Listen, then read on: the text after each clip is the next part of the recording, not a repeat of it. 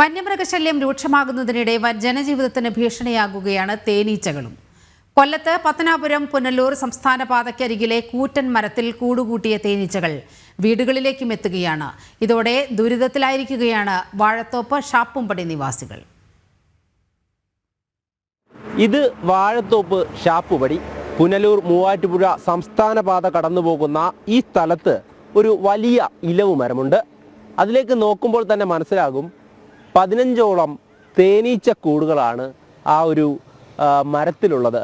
അത്രയധികം തേനീച്ചകൾ ഈ സ്ഥലത്ത് വലിയ ശല്യമായി കൊണ്ടിരിക്കുകയാണ്. കുട്ടികൾ ഉൾപ്പെടെ നിരവധി പേരുണ്ട്. ഇവിടെ വീടുകളുണ്ട്. ആ വീടുകളിലേക്കടക്കം ഈ തേനീച്ചകൾ എത്തുന്നു. അത് വലിയ തരത്തിൽ ഒരു ബുദ്ധിമുട്ടുണ്ടാക്കുകയാണ് ഇവിടെയുള്ള ജനങ്ങൾക്ക്.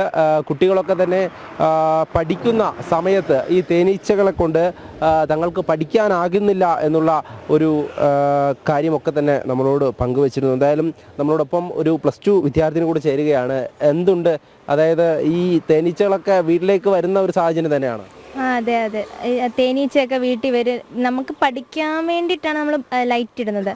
അപ്പം ലൈറ്റ് ഇടാൻ ഇപ്പം പറ്റാത്ത അവസ്ഥയാണ്. കാരണം വൈകിട്ടാകുമ്പോഴത്തേക്ക് തേനീച്ചയാണെങ്കിൽ അതിലൊക്കെ വന്നിങ്ങനെ ഇരുന്ന് മൂളിക്കൊണ്ടിരിക്കും. പിന്നെ നമ്മൾ ലൈറ്റ് ഓഫ് ചെയ്യും. അപ്പം പിന്നെ പഠിക്കാൻ പറ്റാത്തൊരവസ്ഥയാണ്.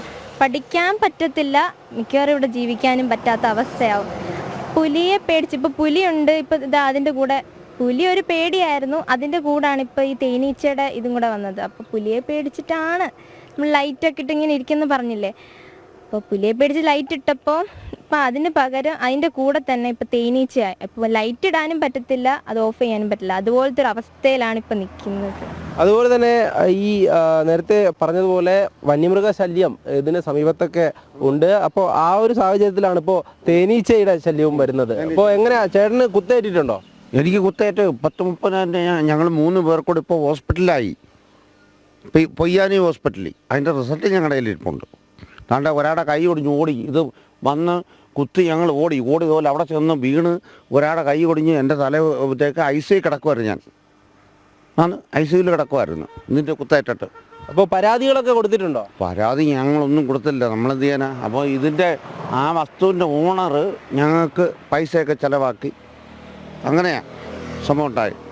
അപ്പോൾ നിരന്തരം ഈ ഒരു പ്രശ്നം ഇങ്ങനെ നിലനിൽക്കുകയാണ്. അധികൃതരൊക്കെ എന്താ പറയുന്നത്? അല്ല, പരാതി നിയമപരമായിട്ട് നമ്മൾ പരാതി ഫോറസ്റ്റിനും പഞ്ചായത്തിലും ഒക്കെ പരാതി കൊടുത്തിട്ടുണ്ട്. ഇദ്ദേഹം ഇപ്പോൾ പറഞ്ഞ പരാതി കൊടുത്തില്ലെന്ന് പറഞ്ഞത് അദ്ദേഹത്തിന് ഈ കുത്തേറ്റതിൻ്റെ പരാതിയാണ്. ബാക്കി നമ്മൾ ഫോറസ്റ്റ് ഡിപ്പാർട്ട്മെൻറ്റിനും PWD ഡിപ്പാർട്ട്മെൻറ്റിനും ഒക്കെ പരാതി കൊടുത്ത് ഇത് അവർ മുറിക്കാൻ തീരുമാനമായി എന്ന് പറയുന്നതല്ലാതെ ഇന്ന് വരെ ശാശ്വതമായൊരു പരിഹാരം ഉണ്ടായിട്ടില്ല. അപ്പോൾ കുട്ടികളും നേരത്തെ പറഞ്ഞിരുന്നു, അതുപോലെ തന്നെ എല്ലാ തരത്തിലും ഇവിടെ നമുക്ക് രാത്രി കാലങ്ങളിലൊന്നും ഇരിക്കാൻ പറ്റാത്ത, പകൽ പോലും പറഞ്ഞില്ല, ഒരു പരുന്ത് വന്ന് അവിടെ നിന്ന് കൊത്തിയാൽ പിന്നെ ഓടിക്കണം. അതാ അവസ്ഥ. അല്ലെ വെള്ളത്തിൽ പോയി ചാടിക്കണം.